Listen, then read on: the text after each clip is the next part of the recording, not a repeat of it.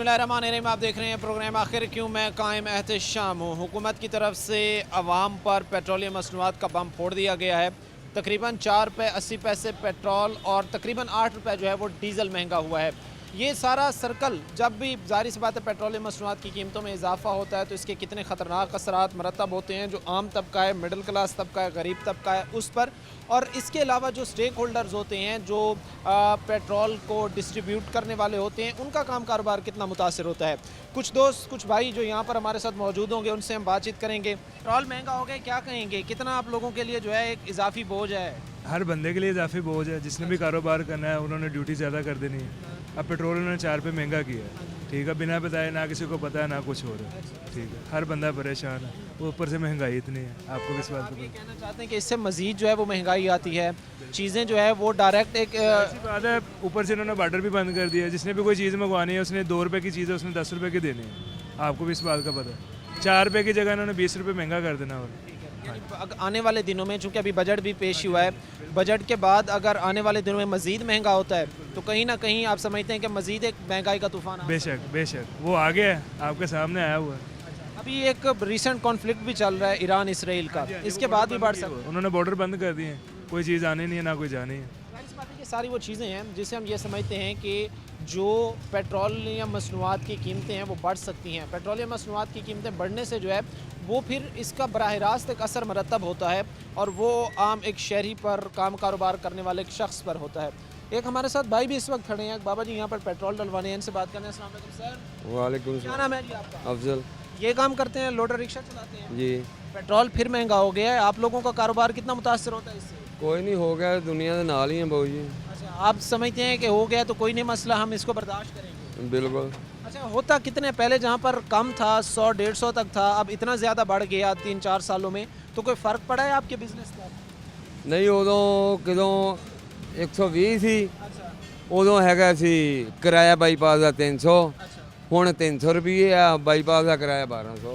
यानी आप किराया बढ़ा दो, इसका भी बोझ आम पर ही पड़ता है। सारी बात है। ये चीज़ है जो इस वक्त हम सामने रखना चाह रहे हैं कि जैसे जैसे ही मार्केट से जैसे जैसे ही कीमतें बढ़ती हैं, जैसे जैसे ही कीमतें अप होती हैं, वैसे वैसे ही इसका जो बराह रास्त असर है वो आम आवाम पर जो है वो मरतब होता है। और अच्छा, इसके साथ ख़ास तौर पर मैं एक चीज़ बड़ी ज़रूरी समझूंगा कोट करना, वो ये है कि जो स्टेक होल्डर्स होते हैं, ख़ास तौर पर कि जो पेट्रोल की डिस्ट्रीब्यूशन से मुंसलिक होते हैं, जो पूरी एक पीछे एसोसिएशन, पूरी एक ऑर्गेनाइजेशन रन कर रहे होते हैं, जिसने ये सारा सिस्टम लेकर चलना होता है, उनके लिए भी ये चीज़ बड़ी जो है वो तकलीफ़ का बायस बनती है। उन लोगों का भी जो काम कारोबार है वो इस चीज़ से मुतासर होता है। और ख़ास तौर पर फिर हम ये चीज़ देखते हैं कि एक बराह रास्त महंगाई का जो है वो तूफ़ान मार्केट में आता है। ये चीज़ें हुकूमत को, मैं ये समझता हूँ कि कंट्रोल करने की ज़रूरत थी। ये चीज़ें हुकूमत को बेहतर बनाने की ज़रूरत थी ताकि जो एक तवातुर से जो पेट्रोल की कीमतें माजी के अंदर बढ़ती रही हैं, जो पिछले चंद महीनों से एक जगह पर रुकी हुई थी, उसमें जो है वो कोई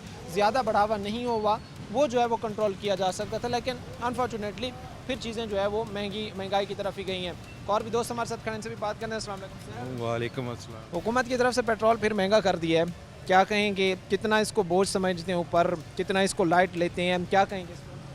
सर, पेट्रोल तो पहले ही पहुंच से बाहर था, अब और ज़्यादा हो गया है। ज़ाहिर है पेट्रोल से और भी महंगाई होती है।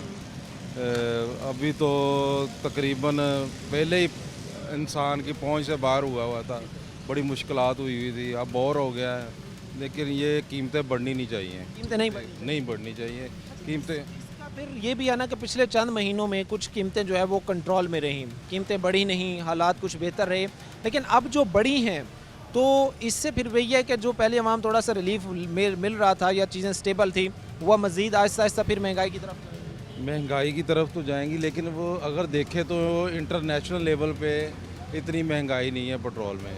ये जो लीवी वगैरह टैक्स ऊपर डाल रहे हैं, ये नहीं होना चाहिए। यानी टैक्स में रिलीफ देकर थोड़ी सब्सिडी दी जाए। हाँ जी, सब्सिडी जो है वो शहरियों को दी जाए। शहरी ये कहते हैं कि हमारे साथ थोड़ा सा कोऑपरेट किया जाए, ताउन किया जाए, ताकि हम ये जो पेट्रोल है जो उसका रोज़ाना की बुनियाद पर इस्तेमाल होता है, एक बाइक पर जाने वाला, बाइक पर सवारी करने वाला शख्स है, किसी का काम कारोबार चल रहा है, वो सारी चीज़ें जो पेट्रोल से मुंसलिक है उसमें हमें रिलीफ दिया जाना चाहिए ताकि हम थोड़ी सी चीज़ों को जो है वो बेहतर करके जो है वो चल सकें। लेकिन अनफॉर्चुनेटली एक चीज़ जो मैं ये समझता हूँ कि जब भी पेट्रोलियम मसनूआत की कीमतें बढ़ती हैं, एक बराह रास्त उसका असर हमें आम मार्केट तक नज़र आता है, क्योंकि हम सब्जियों की चीज़ें ख़रीदने मार्केट्स में जाते हैं तो हमें देखने को मिलता है कि वहाँ पर जो है वो पेट्रोल महंगा होने की वजह से ट्रांसपोर्टेशन के जो बिल हैं वो ज़्यादा हैं, और फिर जो है वो सब्ज़ी महंगी बिक रही है। हम कोई और चीज़ ख़रीदने जाते हैं मार्केट से तो उसका भी एक बड़ा सिंपल सा लॉजिक है कि ट्रांसपोर्टेशन कॉस्ट बहुत ज़्यादा है, इस वजह से जो है वो कीमतें ज़्यादा हैं। अच्छा, ये तो वो एक बेसिक चीज़ थी जो आवाम की थी, कि जो आवाम चाहती है कि भाई हमें इन ख़तरात का सामना है।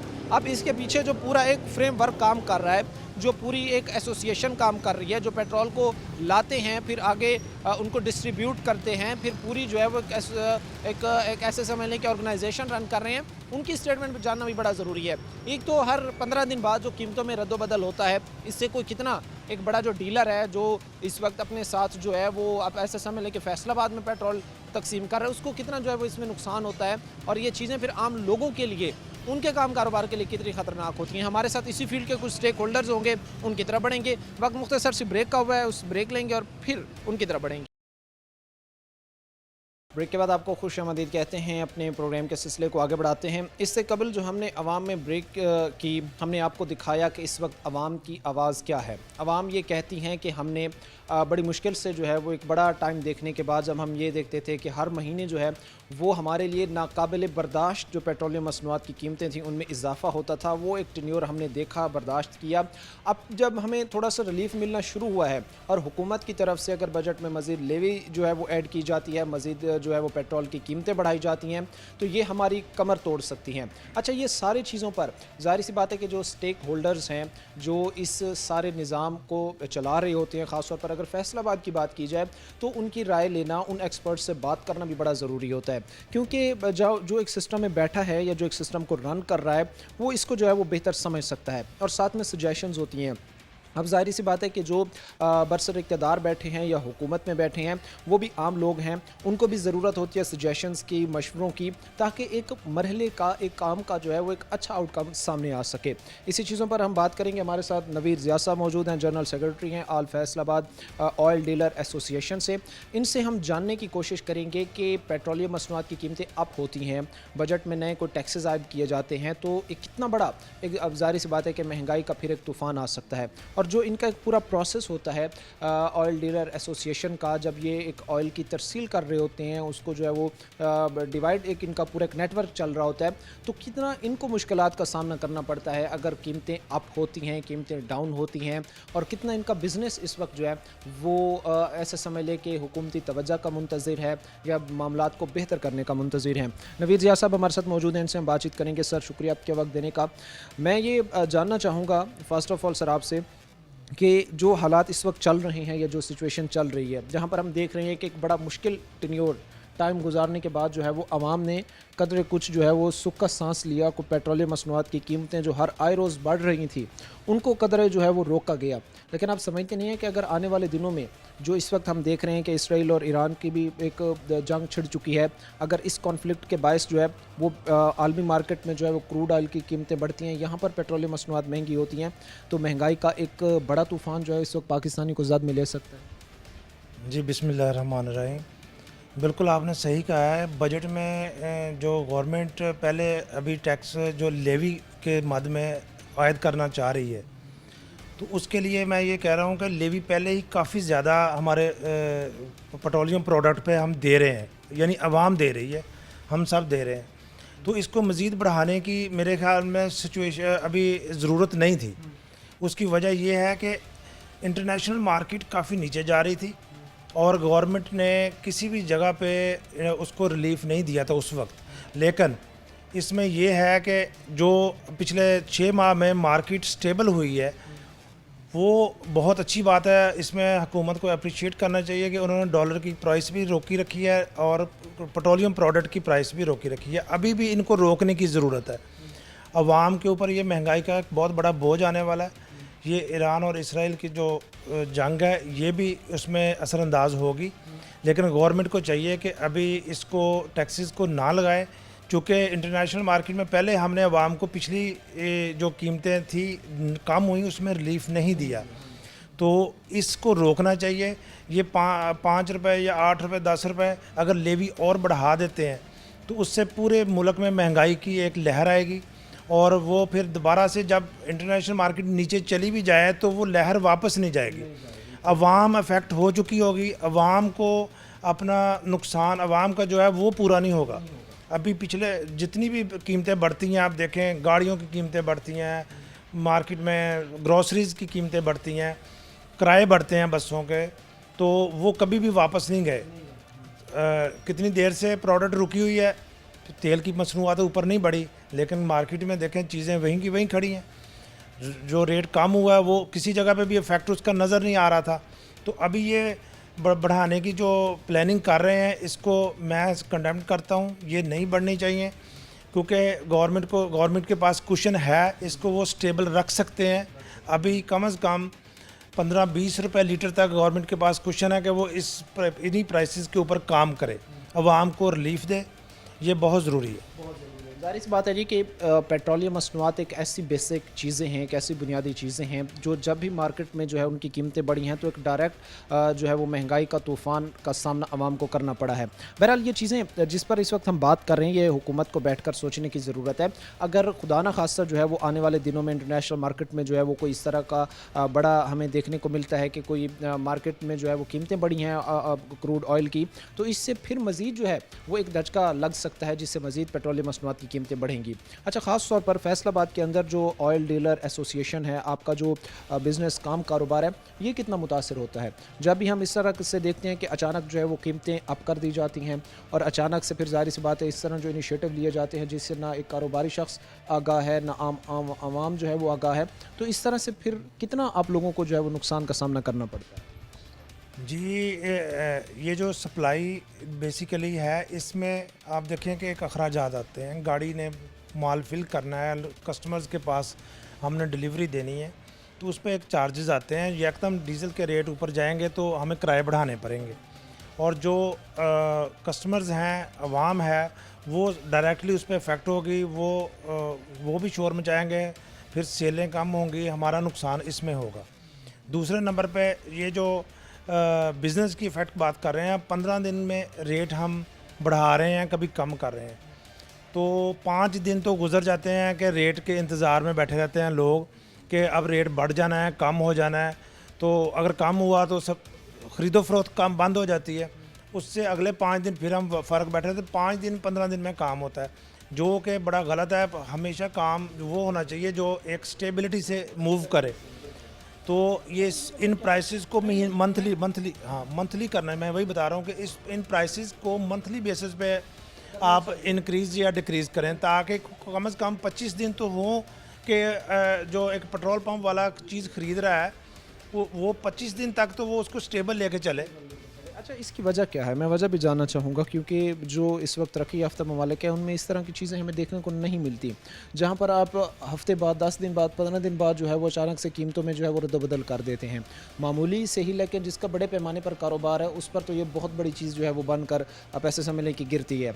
तो इसकी वजूहात क्या होती हैं, ये भी हमें थोड़ा सा समझा दें ताकि हमारी ऑडियंस भी, हमारे नाज़रीन भी ये चीज़ समझ सकें कि अचानक से 15 दिन बाद, 10 दिन बाद जो कीमतों में रद्द-बदल होता है, ये इतने कम दिनों में क्यों होता है? इसकी आखिर वजह क्या है? बेसिकली तो जो तरक्की याफ्ता ममालिक हैं वो तमाम कंट्रीज़ में डेली बेसिस पे रेट इंक्रीज़ या डिक्रीज़ होता है।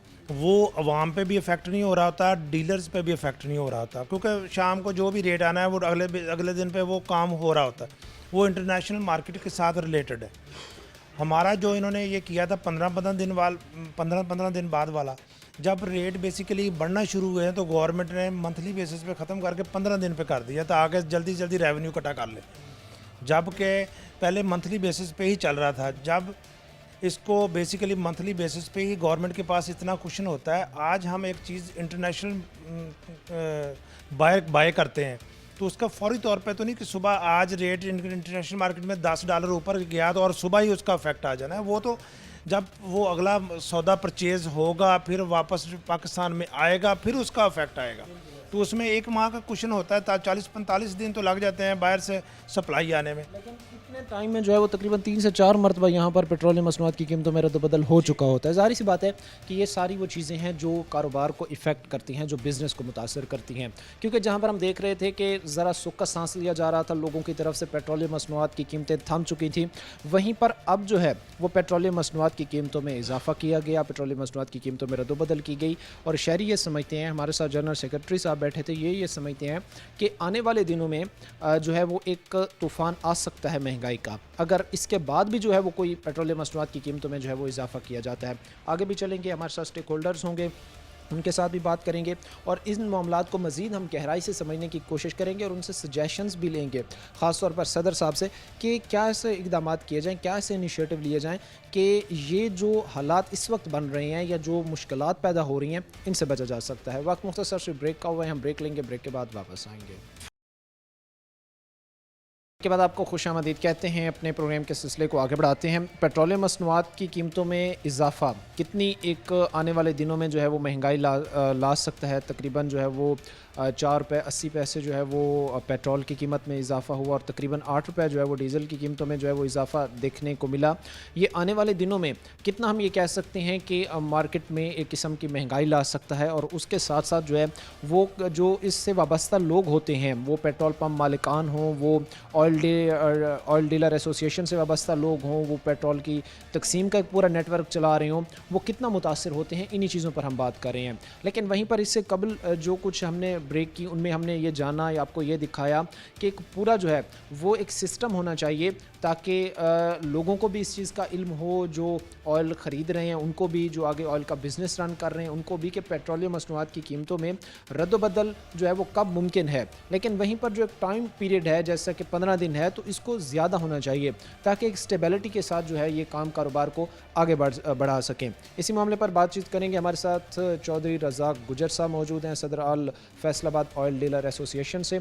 इनसे हम जानेंगे कि जो इस वक्त मौजूदा सूरत हाल चल रही है या आने वाले दिनों में जो महंगाई एक दस्तक दे रही है वो कितनी ख़तरनाक हो सकती है, और क्या इस वक्त जो ईरान इसराइल का कॉन्फ्लिक्ट शुरू हो चुका है, जंग छिड़ चुकी है, तो क्या इससे भी जो है वो आने वाले दिनों में क्रूड ऑयल और पाकिस्तान में जो है वो पेट्रोलियम मसनूआत की कीमतों में इजाफा हो सकता है। गुजर साहब, बहुत शुक्रिया आपके वक्त देने का।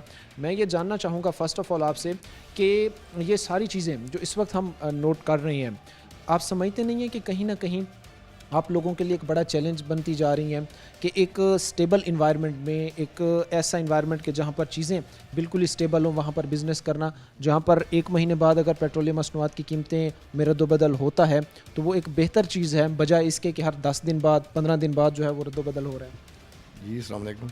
सब तो पहले आपका बहुत शुक्रिया। हमेशा आवाम को कोई भी तकलीफ पहुंचती है तो इधर हमारे फैसलाबाद जो सिटी 41 है, इनका रिकॉर्ड है यार, दुख तकलीफ़ें आवाम के लिए उठाते हैं आवाज़ अपनी, तो हम आपके शुक्रगुज़ार हैं। दूसरी बात यह है कि अगर पेट्रोलियम मसनूआत में बेजा इजाफा होता है, इससे सबसे ज़्यादा गरीब आवाम जो मोटरसाइकिल रखे आवाम है ना, उनको बहुत नुकसान होता है। ठीक है, उनका कोई पुरसान हाल नहीं है। दूसरा, उनकी बेचारों की जो सैलरी है, जो उनकी जो मजदूरी है, वो तो सेम ही है, कभी आपने नहीं देखी होगी बढ़ती या कम होती। तो दूसरा जी इनका इम्पेक्ट सबसे ज़्यादा जी है, देखें फ़ौरन ट्रांसपोर्टर किराया बढ़ा देते हैं। ठीक है, जब कम होता है तो हमारी इंतज़ामिया खामोश तमाशाई बनी रहती है, कोई कम नहीं करता। लेकिन होना तो दरअसल यही चाहिए ना भी काम भी हो, लेकिन कम नहीं होता, अप होता है जब भी ये पेट्रोलियम मसनूआत बढ़ती है। जो जंग की आपने सूरत हाल से कहा है, देखें अगर कहीं किसी मुल्क में कोई वार आती है, ये वैसे तो है ही नहीं, होना ही नहीं चाहिए, अच्छी नहीं, किसी मुल्क के लिए भी अच्छी नहीं है, लेकिन उनका इम्पेक्ट ज़रूर हम पे ज़रूर आता है। पाकिस्तान पे, इंडिया की हो या दूसरी हो, यूक्रेन की हुई है रशिया के साथ, चलो होता है। हमारी जो हुकूमत है उनको बेजा थोड़ा बहुत सब्सिडी इनको देनी चाहिए। उसके बाद ना ये लोग पेट्रोल पंपों का जो डीलर मार्जिन है उनमें इजाफा करते हैं, उनके एक्सपेंस बहुत ज़्यादा हैं, वो अलहदा परेशान है पेट्रोल पंप हजरात, जितने भी डीलर हजरात हैं।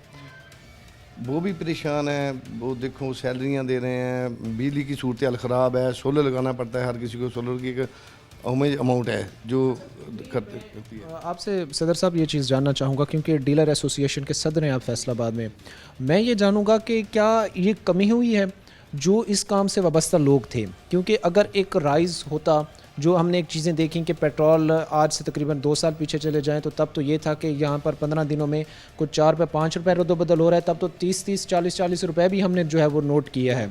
लेकिन अब जो मौजूदा अगर सूरत हाल की बात की जाए तो क्या लोग ऐसे भी हैं कि ये बिज़नेस को छोड़ते जा रहे हैं या ये चीज़ें जो है वो सुकड़ती जा रही हैं मज़ीद? बिल्कुल आपने बहुत सही पॉइंट उठाया है जी। लोगों की जी शक्कर नहीं रही, इन्वेस्टमेंट बहुत ज़्यादा हो गई है, ठीक है, और उसमें जो लोग हैं वो अदर्स काम को ढूंढ रहे हैं, अभी कोई और काम कर लें, कोई और बिजनेस कर लें। लेकिन बिज़नेस तो आप जिसको भी हाथ लगाएंगे वो इन्वेस्टमेंट से होगा। इन्वेस्टमेंट हो किसी आम जो दरमियाने तबके मिडिल क्लास लोग थे वो बेचारे छोड़ रहे हैं। वो 1-2 गाड़ी बेचने वाले वो जो डीलर थे वो बेचारे बहुत तंग हैं इसमें नो डाउट कोई आपने नहीं। ऐसे ही है ना, वो रक्शे वाले को देखो आप, झगड़े हो रहे हैं, बस स्टैंड पे चले जाएं, कहीं भी चले जाएं, वो क्या करेंगे? रक्शे वाला क्या करेगा जिसको आज 5 रुपये पेट्रोल अप हो गया है? वो बेचारा तो पता नहीं घर का चूल्हा कैसे चला रहा है। लेकिन पैसेंजर भी साथ में वो उसके साथ ताउन करने को तैयार नहीं होते ना, फिर वो भी कहते हैं कि भाई जो किराया हम पहले दे रहे थे हमने तो अभी वही देना है। देखिए पैसेंजर जो है ना, जो बस वाला किराया बढ़ाता है ना, वो तो अफोर्ड कर देता है, उसमें बैठ जाता है। रक्शे वाले जब इन लोगों के लिए वो बहुत प्रॉब्लम आई हुई है। अगर रेट अप हुआ है गवर्नमेंट का तो इधर आरटी सेक्रेटरी साहब बैठे हैं, तमाम आला अफसरान बैठे हैं, उनको थोड़ा सा इनको भी फिक्र करनी चाहिए। भाई अवाम पे तो आना ही है अल्टीमेट, अगर रेट बढ़ना है तो आना तो अवाम पे है, इसमें तो इसका जो है वो वाकई बोझ पड़ना है। अच्छा, आज के टाइम में चूँकि ये भी एक बड़ा अहम क्वेश्चन है, इस पर भी जो है वो एक्सपीरियंस लोगों का एक पॉइंट ऑफ व्यू आना बड़ा ज़रूरी है। हम मोस्टली ये चीज़ देख रहे हैं आज के टाइम में कि अगर किसी के पास पैसे हैं, मौजूद हैं, तो वो ये कहता है कि भाई चंद करोड़ की अमाउंट है, ये आप बिज़नेस स्टार्ट करें पेट्रोल पंप का, और उसमें जो है वो फिर आपको अच्छा खासा रेवेन्यू जो है वो जनरेट हो रहा है। मैं आपसे क्वेश्चन इसलिए थ्रो कर रहा हूँ क्योंकि आपने तो ये सारी चीज़ें प्रैक्टिकल की हुई हैं, आप अभी पेट्रोल पंप का बिज़नेस भी रन कर रही हैं, तो क्या ये वाकई इस वक्त रियलिटी हम कह सकते हैं कि एक बड़ा मार्जिन है, बड़ा प्रॉफिट है, और इस पर जो है वो ट्रस्ट भी किया जा सकता है कि इसमें लॉस के चांसेस जो है वो बड़े कम होते हैं? जी शुक्रिया, ये बहुत अच्छा आपने किया। इसके भी थोड़ा सा मैं आपको बता देता हूँ। आज पेट्रोल पंप पहले होते थे तकरीबन कोई 10 किलोमीटर बाद, 15 किलोमीटर 20 किलोमीटर बाद आपको पंप नज़र आता है। अब मेरा ख्याल है 1000 मीटर के बाद आपको पंप नज़र आ रहा है। एक तो बात ये होगी। दूसरी बात ये है, अगर देखें फिर बात उधर ही आती है रेट अप होने पे। अगर रेट अप होता है, डीलर मार्जिन ना होगा, तो पेट्रोल पंप वाला खसारे में जा रहा है इस वक्त क्योंकि मार्केटें बनी होती हैं, दुकानों के साथ दुकानें हैं, सब लोग बिज़नेस कर रहे होते हैं। जी हमारा बिज़नेस एक अगर आप एक रोड पे जाते हैं, वो एक मैक्सिमम उधर ट्रांसपोर्ट है जो गुजरनी है, उसमें अगर 1 2 3 4 5 पेट्रोल पंप ऐड हो जाते हैं ना, तो उस पर थोड़ा सा उनका जो सेल का प्रोसीजर वो कम हो जाता है। उसके बाद जो जीटी रोड पे पेट्रोल पंप है, उनका तो पुरसाने हाल कोई नहीं है बेचारों का, क्योंकि जो पहले किसान पे वो डिपेंड करते थे। किसान सबसे ज़्यादा HSC हाई स्पीड डीजल उठाता था, ट्रैक्टर में चल रहा था, ट्यूबवेलों में चल रहा था, ठीक है। ये जो है आजकल वो कंट्रोल शेड उनमें जा रहा था। ये लोगों ने सब सोलर पे कर लिया, ठीक है, मजबूरी की वजह से। उससे जो जीटी रोड के पेट्रोल पंप उन पे ज़्यादा मुश्किलात आई हैं। जो सिटी के हैं फिर भी थोड़ा बहुत पेट्रोल की सूरत में, सब की सूरत में वो सेल रनिंग हो जाती है। तरफ ये भी एक अच्छी चीज़ थी कि जहाँ पर बिजली एक तो हर तरफ से जो है वो आवाम के लिए इतना एक तंग इन्वायरमेंट बनाया जा रहा है कि लोग बेचारे सोच रहे होते हैं कि किसी सस्ती तरफ जो है वो मूव किया जाए। जिस तरह बिजली की कीमत ने लोगों की जो है वो कमर तोड़ी, शहरियों की कमर तोड़ी, तो उन्होंने इसका बेहतर हल ये समझा कि भाई अब जिस तरह भी करें हम सोलर पर जो है वो शिफ्ट कर लें अपने बिज़नेस को। अब सोलर पे एक तरफ तो शिफ्ट हो गया, लेकिन उसके साथ साथ जो उनके ट्यूबवेल वगैरह थे या जो दीगर आलात वगैरह यूज़ हो रहे थे डीजल की सूरत में, वो भी उन्होंने जो है वो साथ में सोलर पर ट्रांसफ़र कर लिए।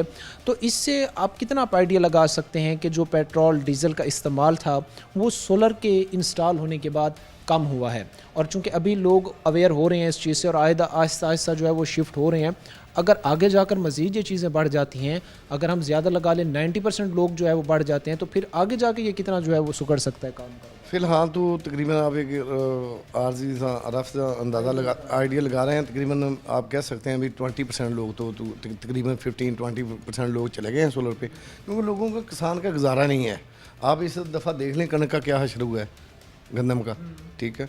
उसके बाद तमाम अजनास जो हैं वो मंडी में जाते हैं, उधर से बेचारों को प्रॉब्लम है। किसान तो मारा ही गया ना, इसमें तो कोई दूसरी राय नहीं है, ठीक है। जो आप कह रहे हैं जो अभी रह गए हैं वो भी कुछ ना कुछ अपना कोई ना कोई चीज़ बेचेंगे बेचारे। सोलर तो लगाएंगे, सोलर पे तो जाएंगे, सोलर में जाएंगे तो शायद बेचारे बात। कि इन बातों से सारा कंक्लूजन मैंने ये निकाला है कि एक तो इन चीज़ों की बेहतरी के लिए संजीदगी से हुकूमत को बैठकर सोचने की ज़रूरत है, और उसके साथ साथ जो एक नई जनरेशन, अगर लोगों के पास अमाउंट है, अगर एक बंदे के पास 8 करोड़ 10 करोड़ अमाउंट है तो वो कह रहा है कि पेट्रोल पंप के बिज़नेस में आप इन्वेस्ट कर दें, आप उनको मना कर रहे हैं कि वो उस तरफ ना जाएं क्योंकि उसमें प्रॉफिट मार्जिन जो है वो बहुत कम रह चुका है।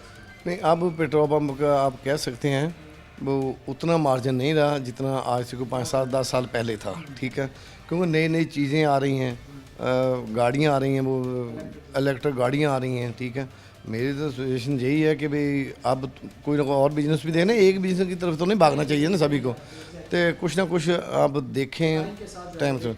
और सबसे ज़्यादा हमारी हुकूमत पंजाब से, हुकूमत पाकिस्तान से ये रिक्वेस्ट है कि खुदारा बैठें, सोचें आप किस तरफ जा रहे हैं। आप अगर सब्सिडी अगर डीजल पेट्रोल पे दें, देखें आपकी सब्सिडी दी हुई एक गरीब अमाउंट, अब एक बिल्कुल जो मज़दूर है उस बंदे की पहुंच रही है, ठीक है ना। इस तरह के जो है वो प्लान्स होने चाहिए ताकि गरीब आवाम को जो है वो उसका फ़ायदा पहुंच सके।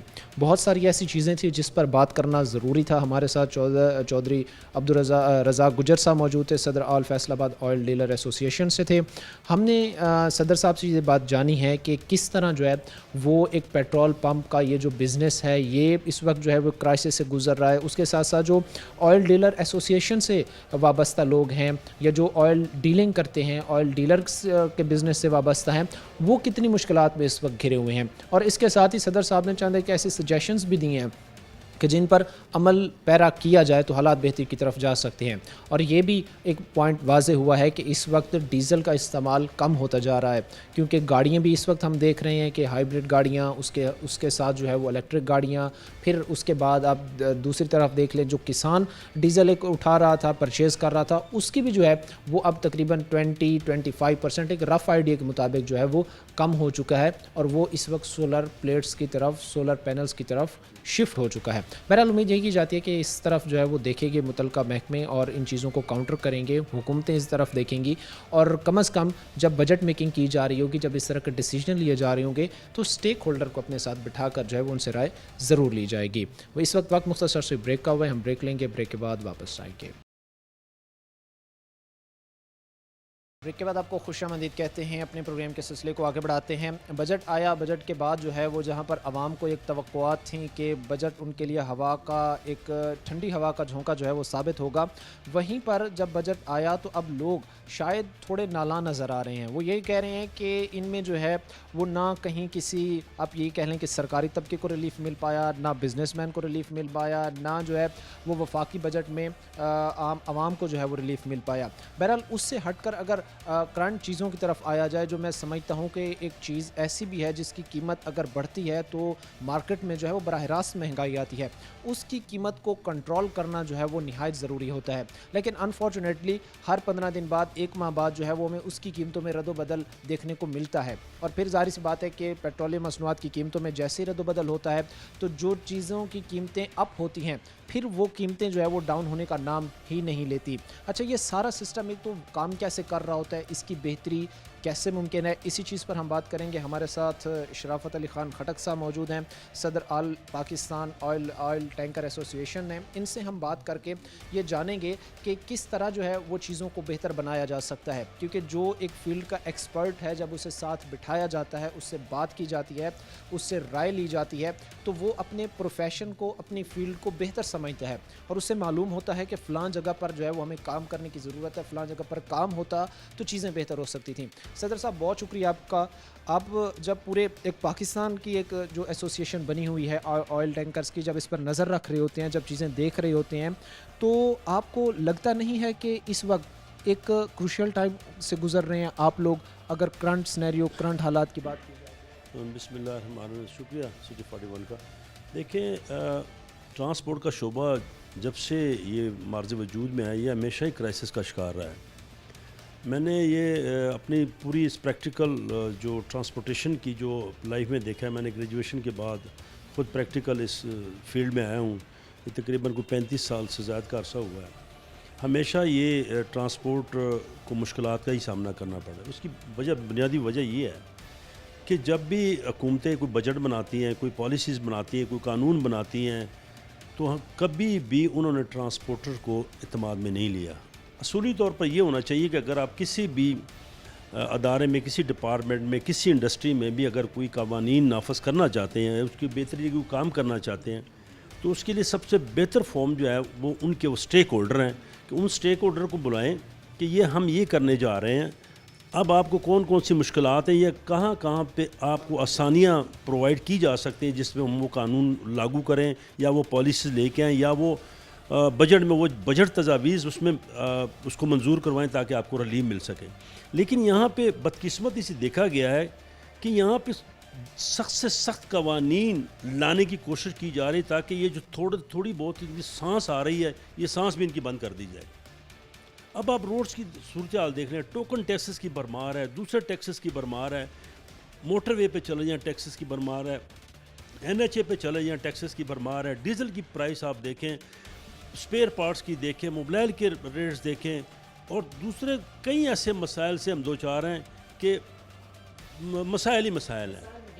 इन चीज़ों में आप ये कहना चाह रहे हैं कि सिर्फ एक हम पर अखराजात इस ट्रांसपोर्टेशन के हवाले से पेट्रोल के नहीं हैं, बल्कि हमारे पास जो है वो टोल टैक्स हो गया, दीगर अखराजात हमारे लिए भी मैनेज करना मुश्किल हो रहा है।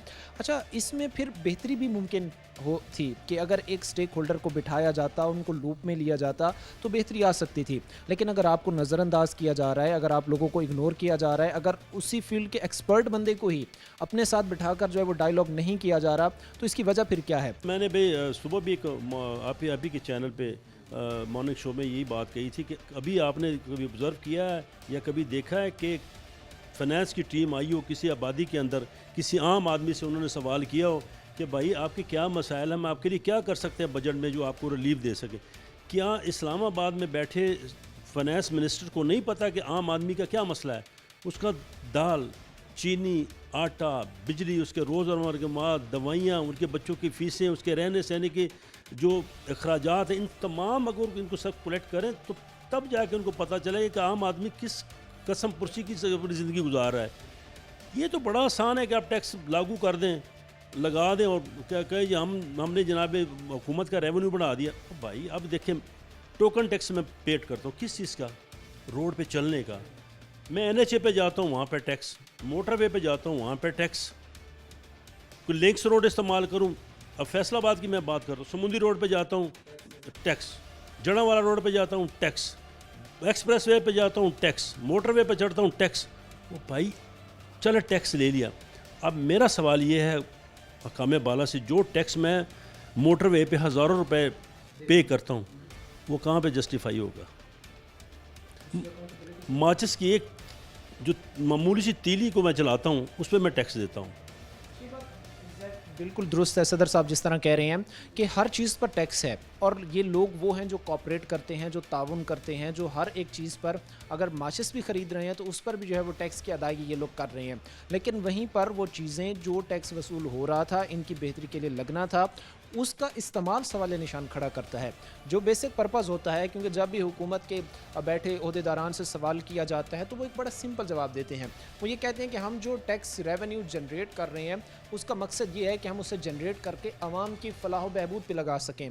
बट अनफॉर्चुनेटली जिस तरह मैं अपने प्रोग्राम में, चूँकि मोस्टली जब हम इस तरह के इलाके विज़िट करते हैं, देखते हैं, तो तकलीफ़ और दुख होता है कि इस वक्त भी 80% आबादी जो है वो एक ऐसे हालात में जी रही है जो अपनी बेसिक नीड्स को, बुनियादी ज़रूरियात को तरस रहे हैं, और अभी भी ऐसे हालात में जी रहे हैं कि वो चाहते हैं कि कोई आए फरिश्ता और उनको बुनियादी मसाइल से निकाले।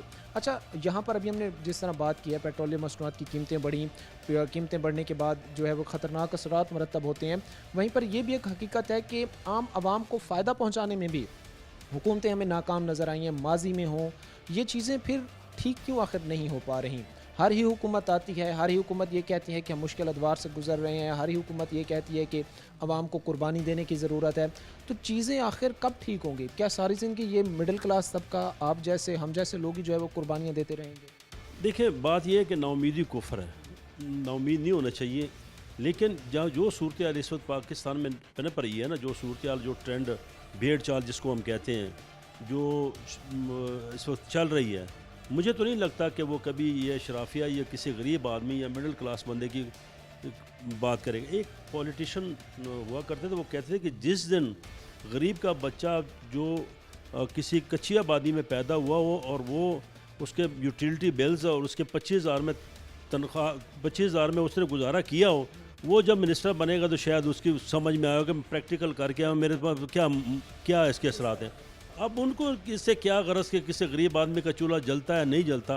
लेकिन ये मैं ज़रूर कहूँगा, हालांकि मेरा खुद पाकिस्तान मुस्लिम लीग नून के साथ ताल्लुक़ है, मैं मेरा चेयरमैन मेरा, लेकिन माजरत के साथ आम आदमी की कोई बात नहीं कर रहा। आम आदमी के लिए कोई रिलीफ नहीं है। आप कहना चाह रहे हैं, आप जिस जमात से वाबस्ता हैं, आप बिल्कुल एक पॉजिटिव चीज़ है कि अगर अपनों में भी कहीं कोताही हो तो उनको रोक कर टोक कर समझाना चाहिए, बताना चाहिए कि फ़लाँ जगह पर आप गलत कर रहे हैं। और अगर आपके हर गलत इक़दाम को भी कोई ठीक कही जा रहा है तो वो सबसे बड़ा मैं ये समझता हूँ कि आपके साथ जो है वो धोखेबाजी कर रहा है। आप फिर ये समझते हैं कि कहीं ना कहीं गरीब आवाम को जो है वो नज़रअंदाज किया जा रहा है, जहाँ पर हमें बूस्टअप करने की ज़रूरत थी, क्योंकि 2021-22 के वो साल थे जिसमें हमने जो है वो क्राइसिस देखे, जिसमें हमने मुल्क में जो है वो पॉलिटिकल अनस्टेबिलिटी के बाइस जो है वो मुख्तलिफ क्राइसिस हमें देखने को मिले। ये तो वो साल थे इसके बाद के जब हमने थोड़ा सा बूस्टअप होना था, लेकिन अभी भी कहीं ना कहीं आवाम को रगड़ा जा रहा है। फिर बिल्कुल है, इसमें तो कोई शक नहीं। देखें, अगर कबूतर बिल्ली को देख के आंखें बंद कर ले तो कबूतर की जान नहीं छूटती। ये तो 100% श्योर है कि इस वक्त तक ये ज़रूर हुआ है कि जो महंगाई की लहर थी, जो 21-22 में जो क्राइसिस की वजह से या हुकूमत की नाअहली की वजह से जो क्राइसिस आया था, उस पर कुछ कंट्रोल किया गया है। लेकिन बात यह है कि अगर मुझे भूख अब लगी है, आप मुझे कहें 3 दिन बाद खाना खा लें, मैं तो वैसे मर जाऊँगा। रिलीफ तो मुझे फौरी चाहिए, मेरे आम बंदे को फौरी रिलीफ की ज़रूरत है, ताकि वो मर रहा है, उसको ऑक्सीजन की ज़रूरत है। वो मर रहा है, कोई ऑक्सीजन चले, हमें सुबह अभी ऑक्सीजन की ज़रूरत है को जो है वो निकाला जा सके। ज़ाहिर सी बात है कि एक नीड, जो एक शख्स को अगर पानी या ऑक्सीजन जो है वो फ़ौरन चाहिए और उससे हम ये कहें कि आप 3 दिन तक रुक जाएँ, 3 दिन तक ठहर जाएँ, तो उसकी मौत ये है। हमारी अनफॉर्चुनेटली हालत यही है कि हम पिछले कई सालों से ऐसे क्राइसिस में गुजर रहे हैं जो ख़त्म होने का नाम ही नहीं ले रहे। हर जाने वाली हुकूमत एक ऐसा माली खसारा छोड़ कर गई जो आने वाली हुकूमत के 2 साल जो है वो ले गया। 2 साल तक सिर्फ वो इस जिद्दोजहद में लगे रहे कि हमने डिफ़ॉल्ट होने से जो है वो मुल्क को कैसे बचाना है। हमारे साथ सदर साहब मौजूद थे, शराफत अली खान खटक साहब। शुक्रिया सर आपके वक्त देने का। बात जो हमने आप तक लोगों तक पहुँचाने का मकसद था, जो हुकूमत में बैठे करता धरता लोग थे उन तक पहुँचाने का मकसद था कि इस वक्त जब भी कोई पॉलिसी मेकिंग की जा रही होती है, जब भी कोई डिसीजन लिया जा रहा होता है, तो कम से कम स्टेक होल्डर्स को साथ बिठाकर उनसे मशवरा ज़रूर लिया जाए। वो अपनी फील्ड के मुतल्लिक बेहतर एक्सपर्टीज़ रखते हैं। आज के प्रोग्राम के साथ कायम शाम और हमारी पूरी टीम को दी इजाज़त। अगले प्रोग्राम तक अल्लाह ने के बाद।